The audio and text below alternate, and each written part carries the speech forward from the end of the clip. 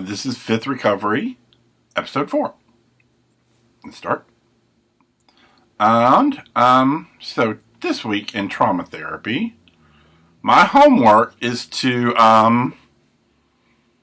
write two lists.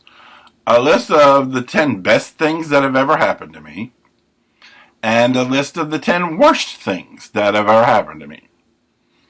And I get stuck in semantics. I should have asked my therapist a little bit more clearly because I didn't think of it until I later tried. And anyway, let me start.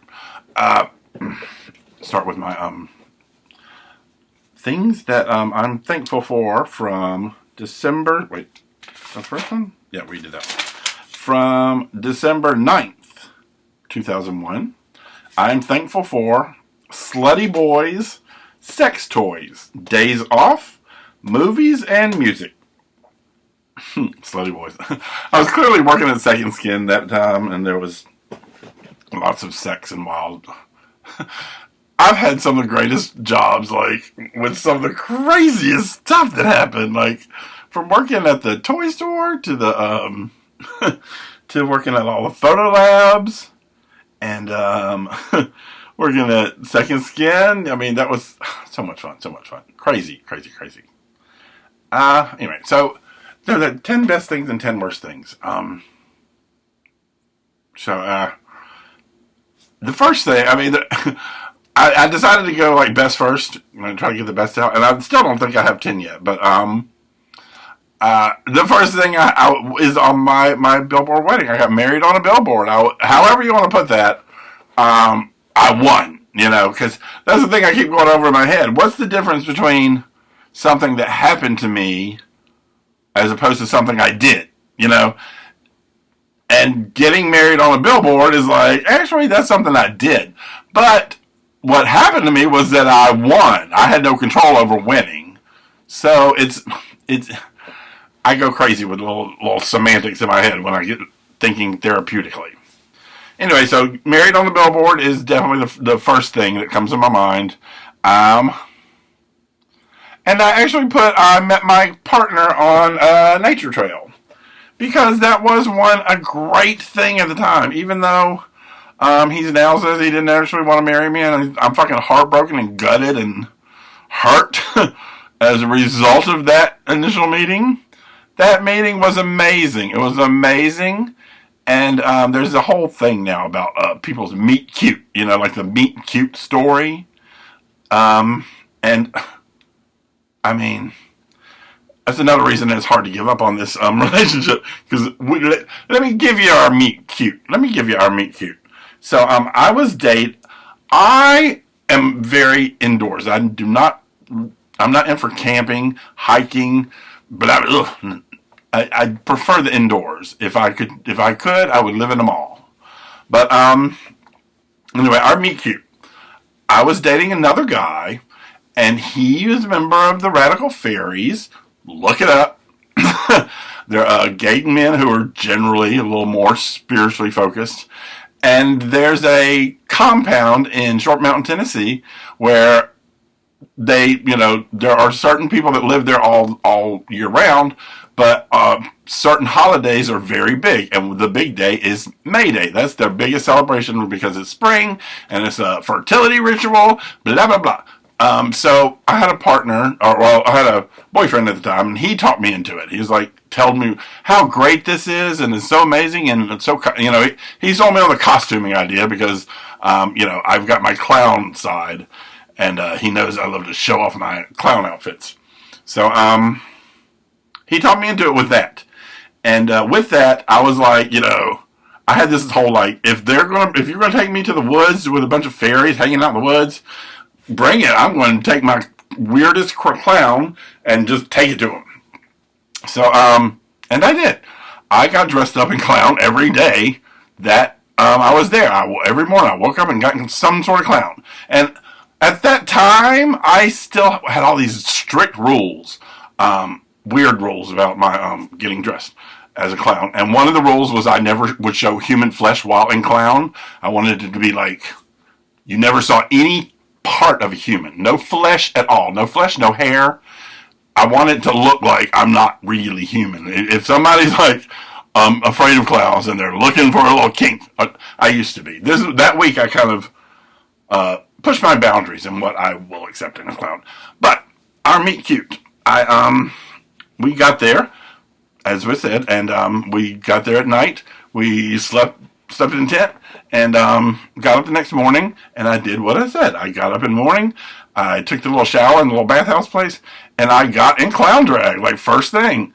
And I went walking through the woods, which to me I'm in the middle of nowhere. We're in Tennessee.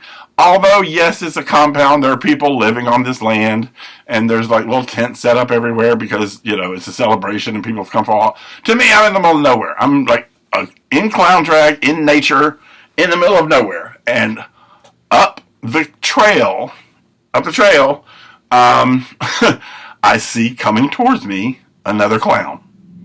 And I ran towards him and was like, ah! Like a Muppet, like, ah!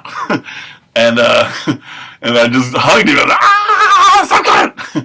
And the rest of the week, every time I would see him, wherever he was, there were some big fields, and sometimes you're in a room. Anyway, but I would scream and just run to him and say, ah! So that's how I make, and it's hard to get that relationship. That's a good start to a cute relationship. We had great stories in our first date is a great story.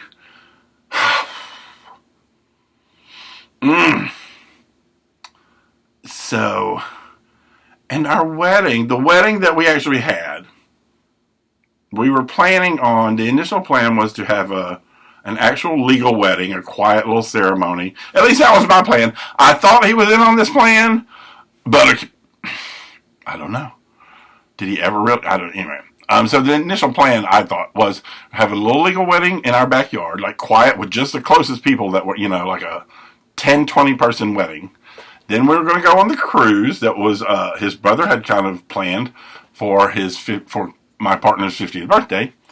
And, we said how we'd, might take over a little room and have a little wedding on board, but we weren't going to pay for the cruise wedding, so, and then we had our big clown wedding because everybody, most of our friends here would kind of expecting a clown wedding. So we did that. That is the wedding we went through with, was the clown wedding.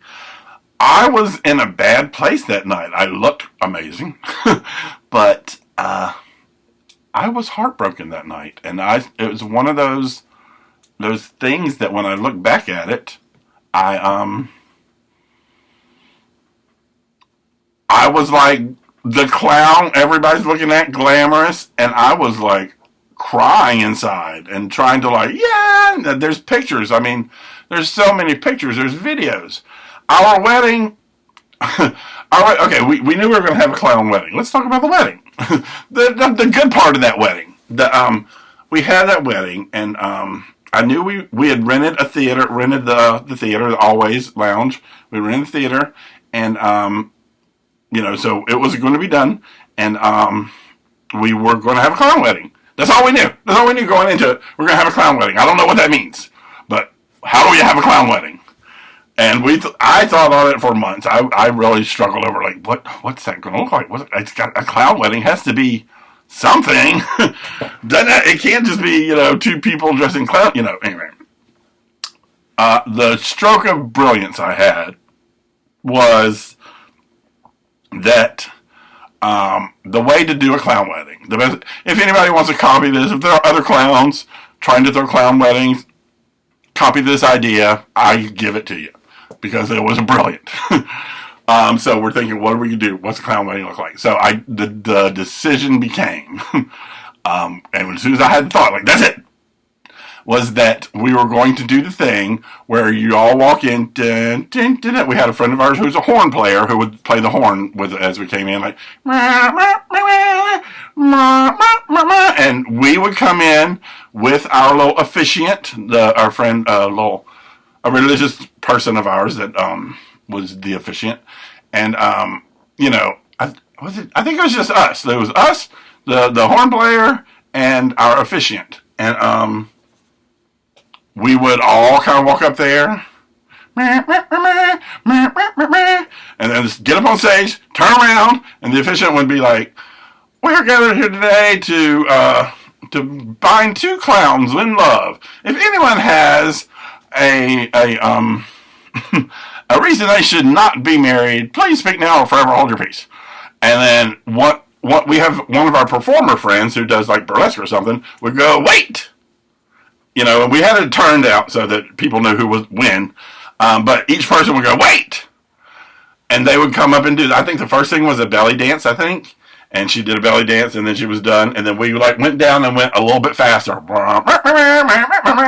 And okay, start all over again. And and then anybody here protest, wait. And then somebody would come up and do a drag number. And then we'd do it again. And faster, and every time somebody's number would be done, I'd go from the top, and we'd like run to the back, and we'll start the whole little ceremony again, and the officiant would say a little faster and a little like, so it was an adorable wedding. It was adorable. It was so cute, so pretty. I forget how I'm talking about this. Oh yeah, I'm talking about my 10 favorite things and 10 best and worst things. And that's number 2 is I met my clown partner on a nature trail. That's my therapist said, just write it in a sentence so that once you tell me, I'll remember it. I'm like, okay. Number 3 in best things is Boy George told me I'm beautiful. If you don't know that, I went to Broadway to see Boy George on Broadway in the show Taboo, where he was dressed as Lee Bowery, and there's a part of the show clearly made for that character to banter with the audience a little bit. And I went in full clown drag. I had the instruction to the person who made it was like, I want a clown jumpsuit that looks like evening wear. So I went in glamour clown for this. And midway through the show, Boy George, my lifelong idol, goes, "Oh, everyone's talking about the clowns in the audience. Stand up so I can see you. Oh, you're beautiful." To which I replied, "I love you!" And, that's an amazing thing that happened to me. I'd like to have your idol point you out of an audience and tell you you're beautiful. It's pretty great. I auditioned for and got accepted into the National Comedy Company. That's how I met Lene, changed my life, gave me, I did those comedy shows for 8 years, 7, 8, 9 years. Oh, Lord. We were still doing, me and Lene are still doing comedy shows. We used to joke that it was me, Stevie, Lene, and the Flake of the Week, because we had an improv show and we needed at least 4, we wanted at least 4 improvisers. There were times there were only 3. But, and now it's just me and Lene generally doing when we do shows. But, we were still doing shows together. So, auditioned for, accepted into the National Comedy Company. That's one of the best things that happened to me. My friend liked my poetry enough to start a band. I had a band. I had a band for a little bit, a short while, right before Hurricane Katrina. And when I moved to New Orleans, I moved with the kind of one of the things I said I wanted to live in a city where they had poetry readings. I started doing poetry readings. A friend of mine came and said, "We should put your poetry to music." And he played bass, so he started playing bass as I was singing.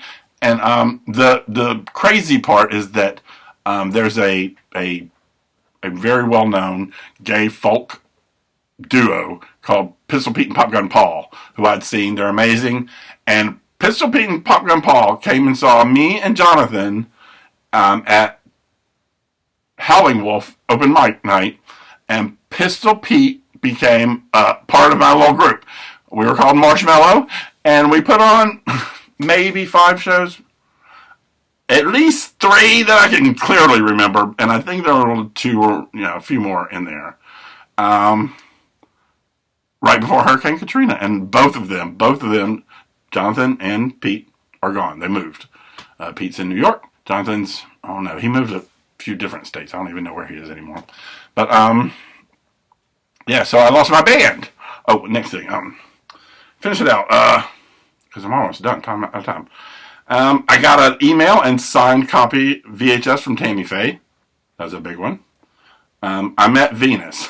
I met my friend Venus. Yeah, that was one of the best things that's ever happened to me. No doubt. It's just meeting. The night I met Venus, I could tell you about. Yeah, I saw Venus in a show one time, and then I met Venus a while after that, and both were amazing stories, I could tell. And then the last one I've got so far was I was crowned Empress of the New Orleans Radical Fairies in 2009. Yeah, and it was an honor, and it is an honor. It's still an honor to be the 20th.